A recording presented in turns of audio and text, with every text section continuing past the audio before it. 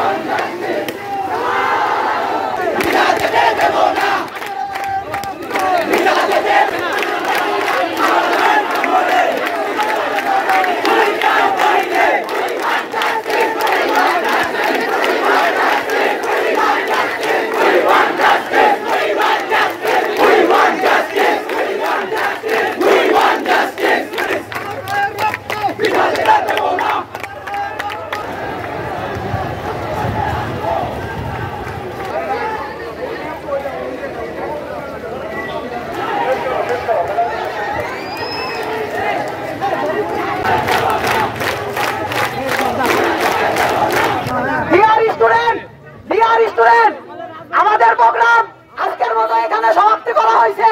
Next programme তো আমাদেরকে দাঁড়াই দেওয়া হবে, ঠিক আছে? কেউ বিশৃঙ্খলা করবে না। পুলিশ আঙ্কেল আমাদের সাহায্য করছে, আমরা তাদের সাহায্য করবো। কেউ বিশৃঙ্খলা করবে না, ঠিক আছে?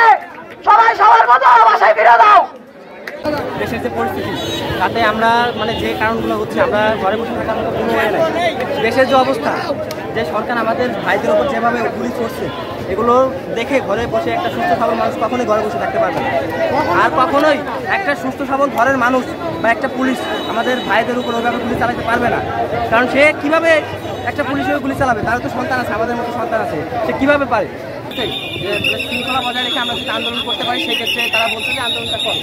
সেই হিসাবে আমাদের আন্দোলন আজকে সফল হয়েছে এবং ইনশাআল্লাহ আগামী দিনের যেসব আন্দোলনগুলো হবে সেগুলো আমরা ইনশাআল্লাহ এগুলো সফল করবো।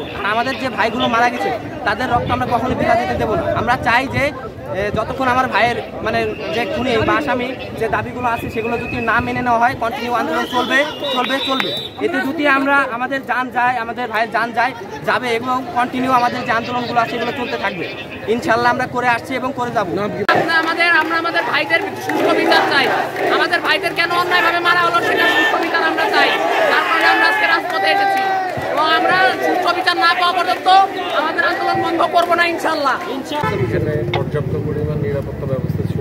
আমাদের ট্রাফিক, ডিবি, ডিএসপি সহ জেলা পুলিশ সহ পুলিশ লাইনের ফোর্স সহ আমাদের 4 স্তরের নিরাপত্তা ব্যবস্থা ছিল।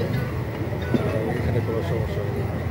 হ্যাঁ, ছাত্রছাত্রী ছিল, তারা স্টুডেন্ট যারা ছিল তারা শান্তিপূর্ণভাবে তাদের যে প্রোগ্রাম সেটা সফল করে এখন তারা সবাই চলে গেছে।